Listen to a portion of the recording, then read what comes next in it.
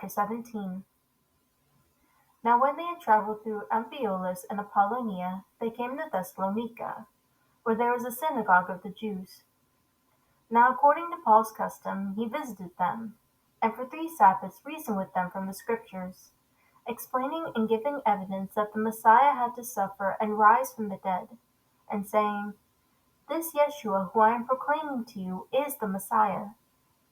And some of them were persuaded and joined Paul and Silas, along with a large number of Yahweh-fearing Greeks and a significant number of the leading women. But the Jews, becoming jealous and taking along some wicked men from the marketplace, formed a mob and set the city in an uproar. And they attacked the house of Jason and were seeking to bring them out to the people. When they did not find them, they began dragging Jason and some brothers before the city authorities, shouting, "These men who have upset the world have come here also, and Jason has welcomed them.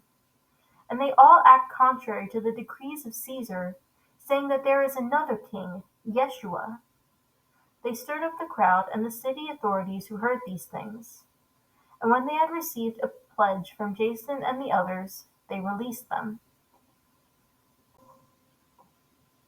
The brothers immediately sent Paul and Silas away by night to Berea.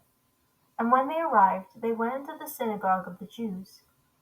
Now these people were more noble-minded than those in Thessalonica, for they received the word with great eagerness, examining the Scriptures daily to see whether these things were so.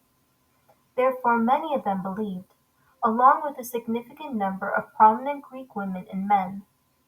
But when the Jews of Thessalonica found out that the word of Yahweh had been proclaimed by Paul in Berea also, they came there as well, agitating and stirring up the crowds.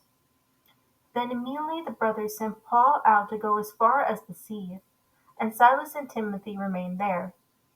Now those who escorted Paul brought him as far as Athens, and receiving a command for Silas and Timothy to come to him as soon as possible, they left. Now while Paul was waiting for them in Athens, his spirit was being provoked within him as he observed that the city was full of idols. So he was reasoning in the synagogue with the Jews and the Yahweh-fearing Gentiles, and in the marketplace every day with those who happened to be present. And some of the Epicurean and Stoic philosophers as well were conversing with him. Some were saying, "What could this scavenger of tidbits want to say?" Others, "He seems to be a proclaimer of strange deities," because he was preaching Yeshua and the resurrection. And they took him and brought him to the Archipaeus, saying, "May we know what this new teaching is which you are proclaiming? For you are bringing some strange things to our ears, so we want to know what these things mean." Now all the Athenians and the strangers visiting there used to spend their time in nothing other than telling or hearing something new.